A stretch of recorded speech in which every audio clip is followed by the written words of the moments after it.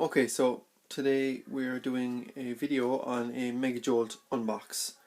So I'm just going to go through the bits and pieces that have come with the Mega Jolt, a little bit of background on it, and then obviously in my next video I'll go through wiring and then I'll go through fitting it to the car and whatever else. Okay, so obviously this is what came in the box. Here we have the actual Mega Jolt ECU, small little ECU. Okay, and then it comes with obviously a new connector, all the little bits and pieces there for it. And then obviously a Mega Jolt uses Ford EDOS units, so this is just a second-hand Ford EDOS unit, as you can see, just literally cut out of the car, right, with obviously an old second-hand connector, which is fine. You can get new connectors, you could buy a new EDOS unit, they're actually quite expensive, but you know, it's up to yourself. Here then we obviously have a brand new coil pack. Once again, Ford coil pack, you can find them in a lot of Fords, you know. And then here it's just a new connector for it, readily available, you know, cheap little connector, just to make it that bit easier for when it comes to wiring. And now this is an actual engine specific kit, so it came with this lovely bracket for the coil pack to just connect it to the gearbox. It just sits up on the gearbox as a mount. And then this here then is my VR sensor mount. Okay, and then here we just have the spark plug leads. I just took one out to show you that this is, you have to get these particular type because they're for a Ford. That's why you have to buy this particular type with this funny clip on it to fit your Ford coil pack. So that's why I have a new box of them there. Then obviously here we go, a new VR sensor. Once again, you know, kind of fairly inexpensive piece. You're better off getting a new one rather than taking the second-hand one out of a car.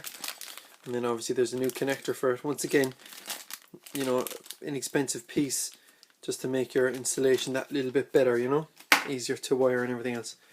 Here then we have my trigger wheel. Once again, it's engine specific. It's for an A series Mini, and as you can see, 36 teeth with one teeth missing, which obviously goes onto your crank pulley, and your VR sensor then just next to that. Then these are just a few other little bits and pieces that I happen to buy with my kit. It's just a bit of vacuum hose because my Mega Jolt is actually a map sensor, so obviously I have to, runs on manifold air pressure, so I'll have to plumb it into my manifold, which is what you'd use for an A series, is why I have it.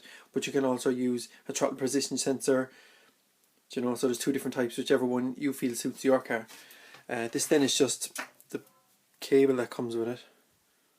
As you can see, different colours, because you have to make your own wiring loom essentially. Do you know, I think they do pre-made wiring looms to fit different cars, but it's quite expensive, so I just got the cable and I'm going to make it myself.